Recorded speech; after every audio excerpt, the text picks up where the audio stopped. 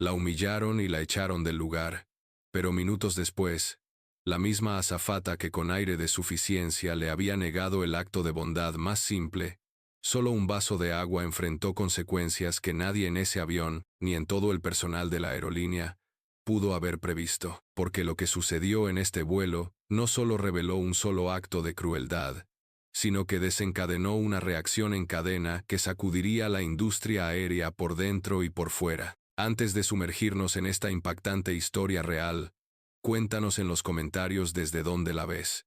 Y si te encantan las historias de karma instantáneo, poder subestimado y caída pública, asegúrate de compartir y suscribirte para más de ABA, porque esta historia te va a dejar alucinado. Todo empezó en un vuelo vespertino de San Francisco a Chicago, una ruta de negocios típica donde la primera clase se llena de trajes y portátiles, mientras que la clase económica está repleta de viajeros exhaustos que solo intentan llegar a casa. Entre esos pasajeros cansados, se encontraba una joven llamada Emery, con vaqueros holgados, sudadera con capucha y auriculares, recostada junto a la ventanilla en el asiento 27A. A primera vista, no parecía gran cosa.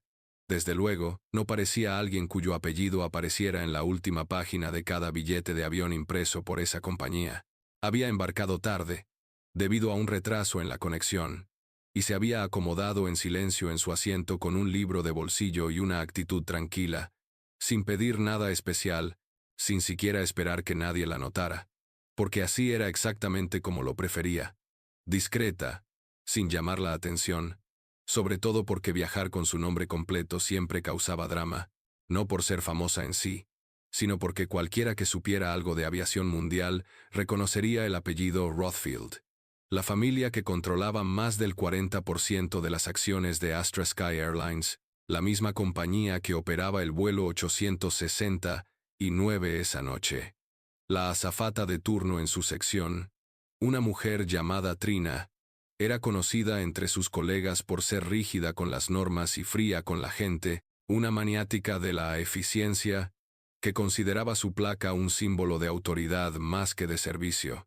Si bien solía mantener su actitud bastante controlada, algo en Emery, el silencio, la sudadera con capucha, la expresión despreocupada despertó algo en Trina, de la misma manera que las personas prejuiciosas suelen centrarse en quienes creen que pueden menospreciar, como si la amabilidad estuviera reservada solo para los bien vestidos y los ruidosos. Todo empezó cuando las luces de la cabina se atenuaron, y Emery, que acababa de tomar su medicamento para el mareo, pulsó el botón de llamada y pidió en voz baja un vaso de agua para acompañarlo, no con gas, ni de lujo, solo agua natural. Trina, sin siquiera mirarla a los ojos, murmuró: «Se acabó el servicio de agua en clase turista.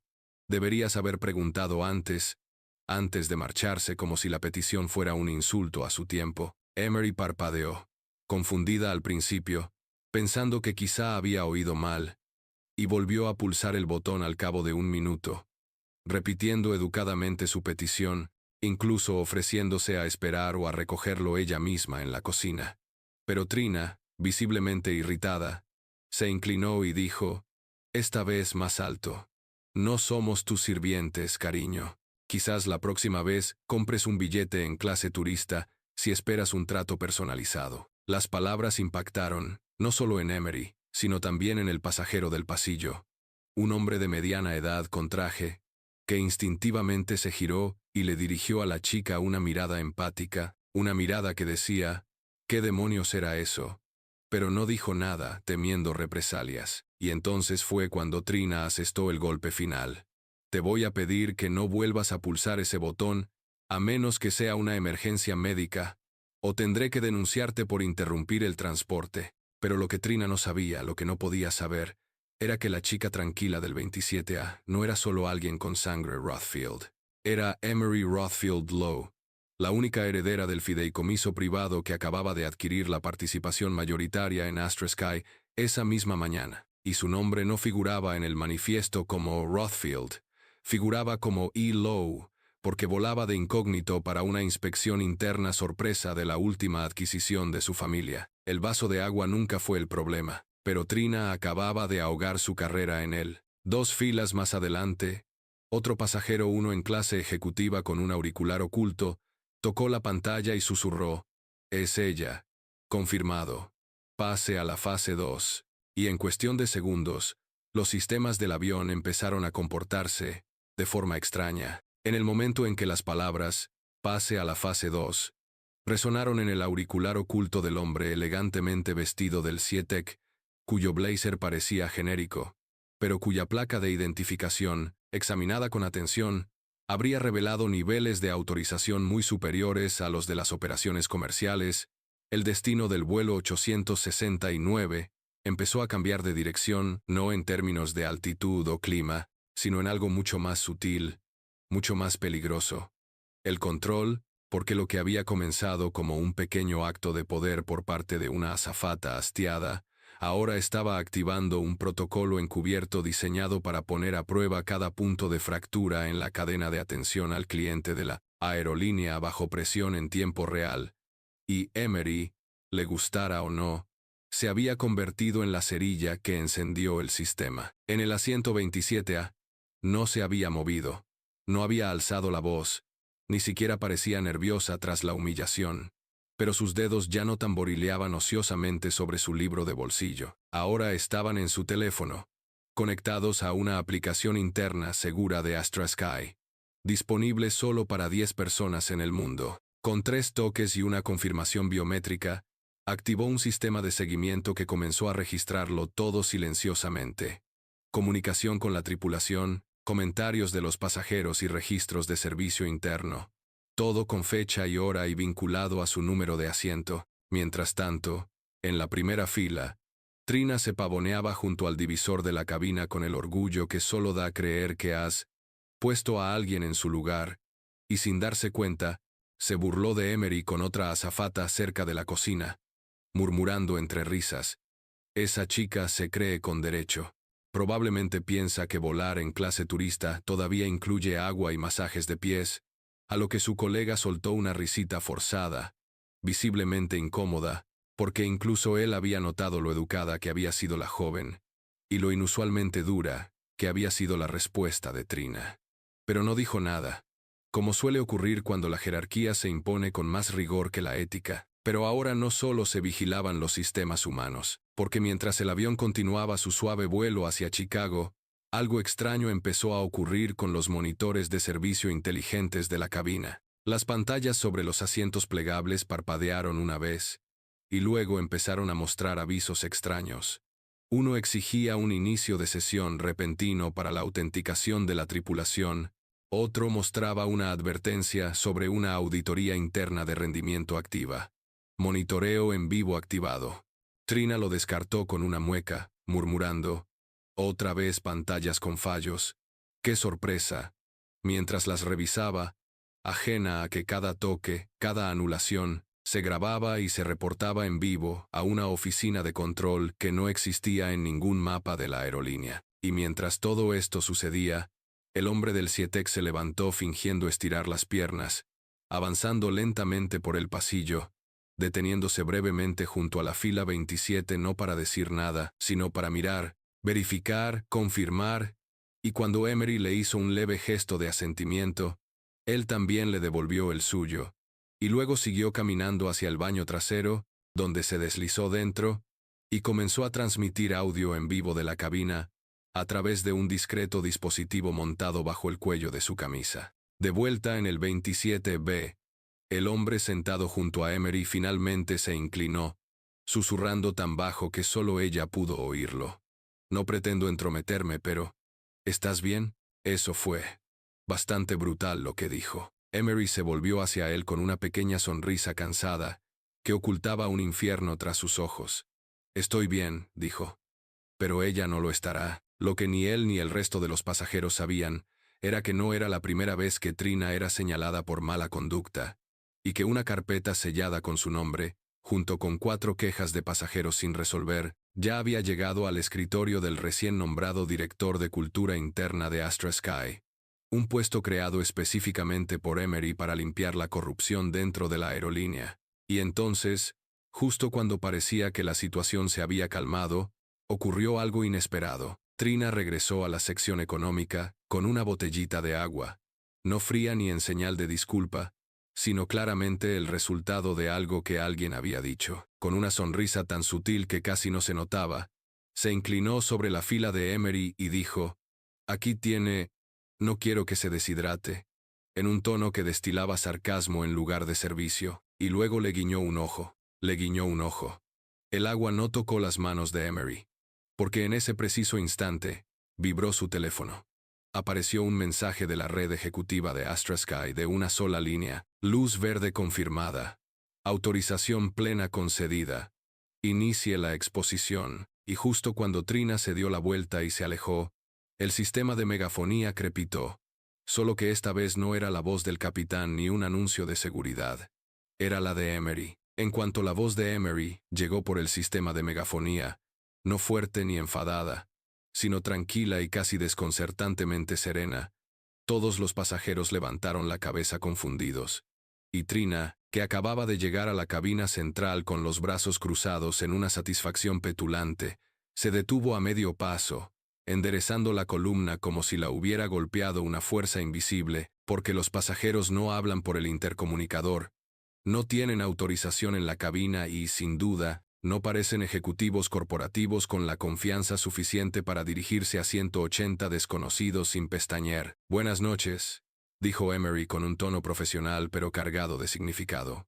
«Soy Emery Rothfield Lowe, presidenta ejecutiva interina de Astra Sky Holdings, y durante este vuelo asumiré la supervisión directa de las operaciones de cabina como parte de una auditoría interna de cumplimiento relacionada con el comportamiento del personal de primera línea, la respuesta a crisis en tiempo real y la integridad del servicio al cliente. Gracias por su cooperación». El avión quedó en silencio, como si alguien le hubiera arrancado el alma del aire. El empresario del 27B dejó caer su galleta de cortesía. La enfermera fuera de servicio del 3F jadeó y susurró: «Rothfield», como en el Rothfield, y Trina, paralizada en el pasillo cerca de la fila 20, miró lentamente hacia la parte delantera del avión, luego de vuelta a la fila 27, y por primera vez en toda la noche, la sonrisa burlona se desvaneció de sus labios, reemplazada por la dolorosa comprensión de que la chica a la que le había negado agua no era una pasajera cualquiera, era la pasajera, la única persona en la Tierra con la autoridad para reescribir su horario, suspender su acceso, revocar sus credenciales y eliminarla permanentemente de cualquier lista en la que alguna vez esperara volver a aparecer. Se giró y empezó a caminar rápidamente por el pasillo, intentando adelantarse a las consecuencias, intentando alcanzar los controles del intercomunicador y decir algo, cualquier cosa que pudiera suavizar la situación, pero al pasar por la fila 25, la interceptó el hombre del SIETEC, que ahora permanecía tranquilo con una placa plateada en la mano. No era de la TSA ni de la FAA, sino una mucho más aterradora para los empleados de la aerolínea, la División de Supervisión Corporativa de Astra Sky, una unidad de la que se rumoreaba entre las tripulaciones de vuelo, que aparecía en vuelos aleatorios, y terminaba con las carreras incluso antes de que las ruedas tocaran tierra. «Les voy a pedir que pasen a la cocina delantera», dijo con una sonrisa tensa y educada. «Tendremos que realizar una entrevista preliminar durante el vuelo». Trina parpadeó rápidamente, intentando hablar, intentando explicar, pero no encontró palabras que no sonaran defensivas o de pánico. Mientras los pasajeros observaban la escena con creciente curiosidad, los susurros se convirtieron en zumbidos, y varios teléfonos fueron alzados al aire, grabando discretamente, no solo por el dramatismo, sino porque ver a una azafata acorralada por el mismo sistema que ella solía controlar, le parecía demasiado raro, demasiado satisfactorio, demasiado justo como para ignorarlo. Mientras tanto, Emery permaneció sentada. No se dirigió a la parte delantera. No se regodeó. Simplemente sacó una tableta de su bolso. Se conectó a la consola interna de Astra Sky con un escáner biométrico y abrió el expediente de Trina, que ahora tenía una bandera roja, parpadeando en la esquina superior, y una transmisión en vivo de las métricas de rendimiento. Y fue entonces cuando ocurrió algo realmente inesperado. El capitán llamó, No por los altavoces, no por la puerta de la cabina, pero directamente al asiento de Emery, a través de la línea cifrada del intercomunicador a bordo, a la que solo podían acceder los altos ejecutivos de Astra Sky. Su voz, baja e inquieta, crepitó en sus auriculares. Señorita Rothfield, acabo de recibir un ping seguro a través del sistema. No es de Astra Sky. Es de un servidor externo marcado en rojo. Solicita permiso para anular su autoridad y proviene de la oficina de la aerolínea en Nueva York. Emery se puso rígida, porque solo había 3 personas con acceso a ese nivel de anulación. Ella, su abuelo, y un miembro silencioso de la Junta, cuyo nombre había sido tachado de todos los archivos, incluso del suyo. No apruebe nada, dijo al instante. No toque la consola, necesito saber quién está detrás de esto. Pero antes de que el capitán pudiera responder, las luces de la cabina se atenuaron repentinamente, no por las turbulencias ni por el anochecer, sino porque el sistema operativo interno del vuelo acababa de ser pirateado. No por un empleado deshonesto, sino por una amenaza más profunda, una que se ocultaba en la compañía mucho antes de que Emery asumiera el trono. Y en todas las pantallas de la cabina, el logotipo de la aerolínea desapareció, reemplazado por una advertencia parpadeante que decía: «Esta auditoría termina ahora. Retírese o el vuelo no aterrizará». La advertencia que reemplazó al logotipo de la aerolínea un texto blanco y rígido que pulsaba contra una pantalla negra como el latido de una máquina sin alma, ya no era un simple fallo técnico ni una táctica intimidatoria. Era una amenaza directa, no solo a la autoridad de Emery, sino al mismo equilibrio de poder dentro de Astra Sky. En el momento en que todos los monitores se iluminaron con ese singular y escalofriante mensaje: «Esta auditoría termina ahora. Retírese o el vuelo no aterrizará», la situación pasó de la humillación pública al sabotaje interno, un nivel que pocas corporaciones experimentan en tiempo real, y mucho menos a 10.6 metros de altura. Por un breve instante, los pasajeros asumieron que era una broma, un fallo técnico, tal vez incluso una parte preparada de la auditoría, pero entonces las luces de la cabina volvieron a parpadear no al azar, sino siguiendo un patrón, deliberado y codificado, y los sistemas de entretenimiento del avión se reiniciaron simultáneamente, sacando a los pasajeros de las películas y la música, para mostrar solo esa misma línea pulsante, obligándolos a todos a verla, a absorberla, a sentir su presión como un cuchillo que se posaba suavemente sobre sus gargantas. En la cocina delantera, Trina, todavía flanqueada por el hombre del SIETEC, cuya calma comenzaba a resquebrajarse, susurró: «¿Qué demonios está pasando?». Y por primera vez en todo el vuelo, no era ella quien infundía miedo, sino quien lo respiraba. De vuelta en la fila 27, Emery permanecía completamente inmóvil, con su tableta congelada, sus aplicaciones bloqueándose una a una, el sistema de supervisión de Astra Sky repentinamente bloqueado tras muros rojos que no podía eludir, no por falta de autorización, sino porque alguien estaba introduciendo señales falsas en el sistema, pirateando sus permisos usando un código que solo había sido usado por una división. El asiento de la sombra, el nombre dado a la rama ultrasecreta de la junta directiva de Astra Sky, responsable de controlar los resultados cuando el control público amenazaba al imperio privado. Su abuelo se lo había advertido una vez, solo una vez, cuando tenía 17 años, cuando supo que algún día heredaría algo más que acciones, sino la carga de secretos que moldearon la industria aérea tras muros cortina y silos cifrados, y la miró con ojos cansados y dijo: «Hay gente en esta familia que quemará el avión antes de dejarte volar». Ella pensó que hablaba en metáfora, pero ahora, al oír la voz del capitán de vuelta en su auricular, apenas un susurro, comprendió que lo decía en serio. «Acabo de perder el control de la configuración de descenso», dijo. «El sistema cree que aterrizamos en Ohio, no en Chicago, y no acepta la anulación manual». La voz de Emery bajó, fría ahora, forjada bajo presión. «¿Quién está en el manifiesto de vuelo interno? ¿Quién no debería estar aquí?». Hubo una pausa. Luego un nombre. Uno que no debería estar allí, uno que había sido borrado del directorio de Astra Sky 5 años antes, tras un escándalo de vigilancia, chantaje y encubrimiento que le costó a la compañía $600 millones en dinero para silenciar a la compañía. Fila 14, dijo el capitán. El pasajero figura como Matthew Gray, pero creo que sabe que ese no es su verdadero nombre. Emery se puso de pie.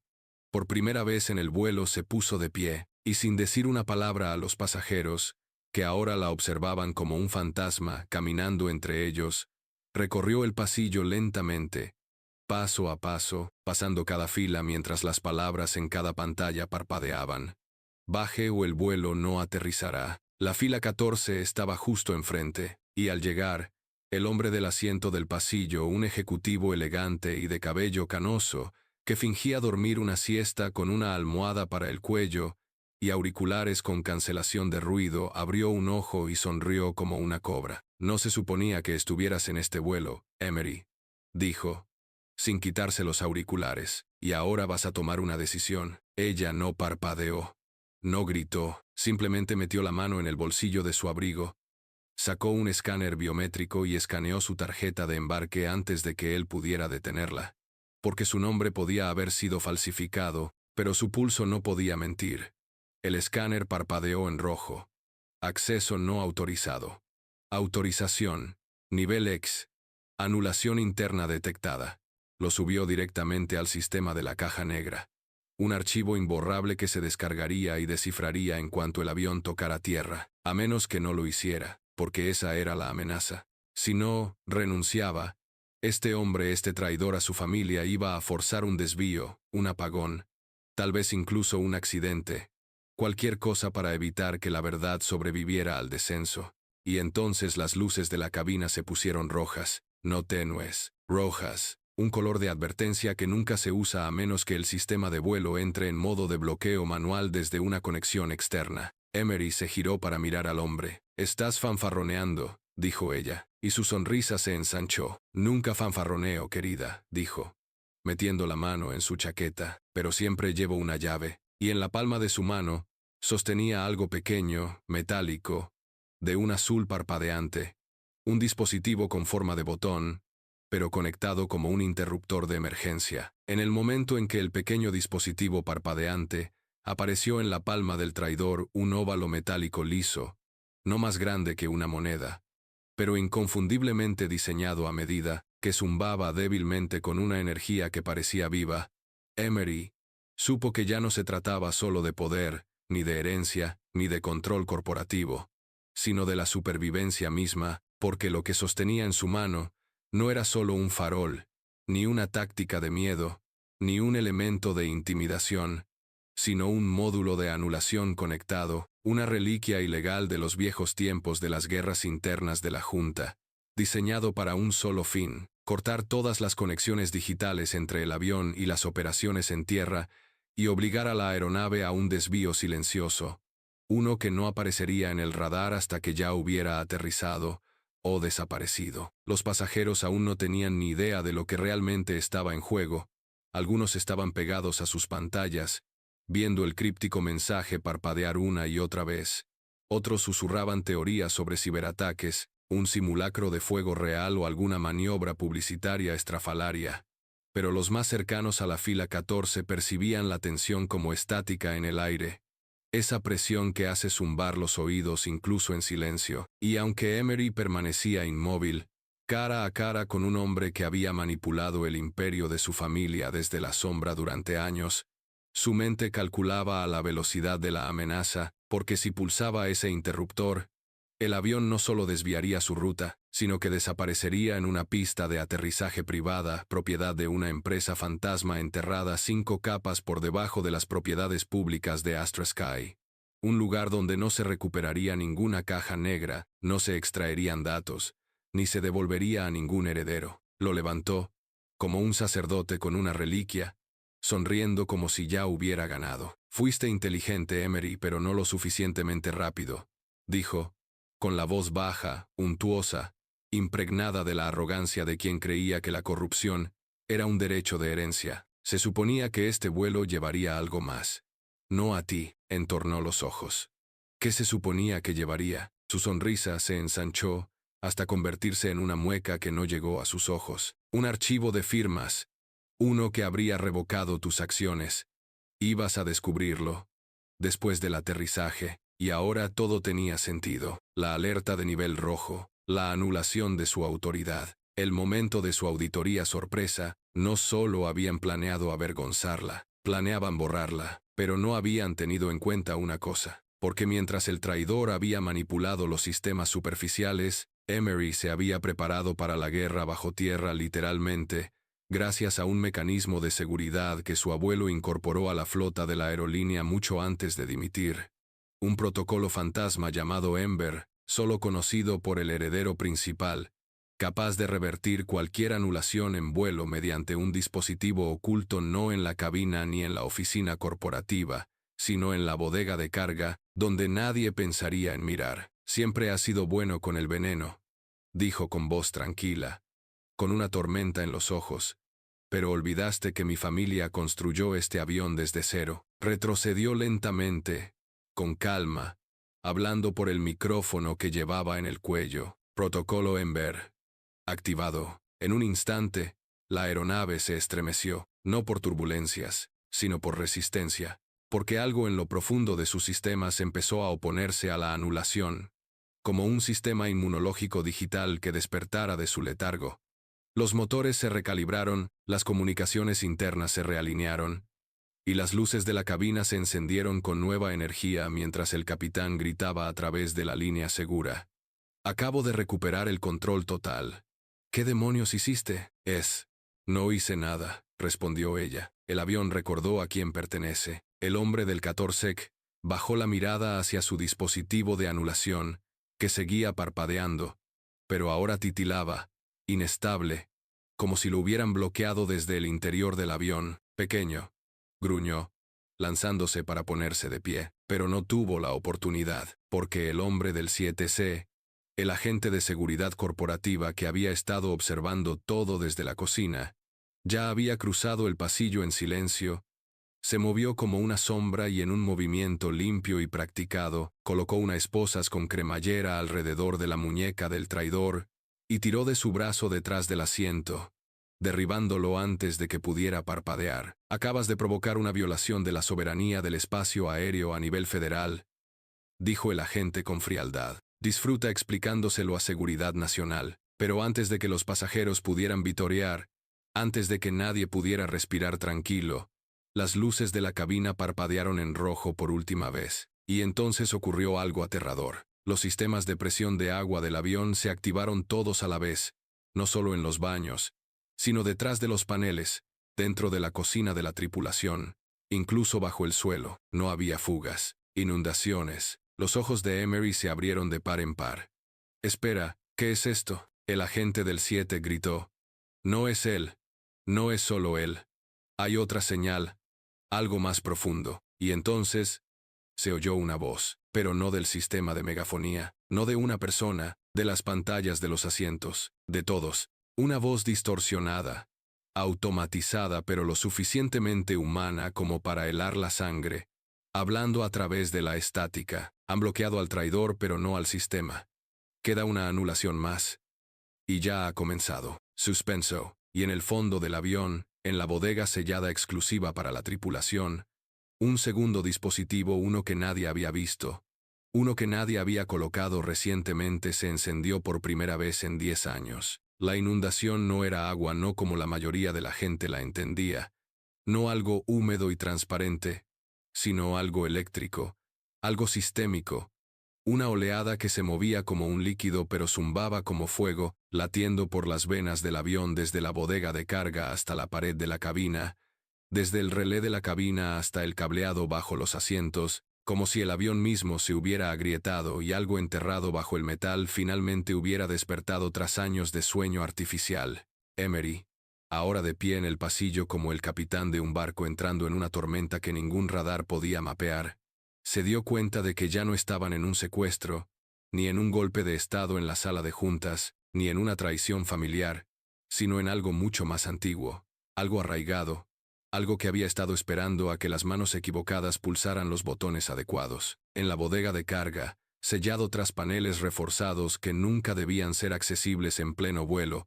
El segundo dispositivo brillaba con un intenso y violento color naranja. Ya no parpadeaba, sino que vibraba, conectado a la estructura original del avión, tan antigua que ningún ingeniero de Astra Sky reconocería siquiera el código que lo rodeaba. Cuando las pantallas de los asientos del avión volvieron a parpadear, mostrando una interfaz azul que Emery nunca había visto, ni siquiera en sus simulaciones más confidenciales, supo que estaba ante algo de lo que su abuelo nunca había hablado, algo que ningún Rothfield había querido tocar.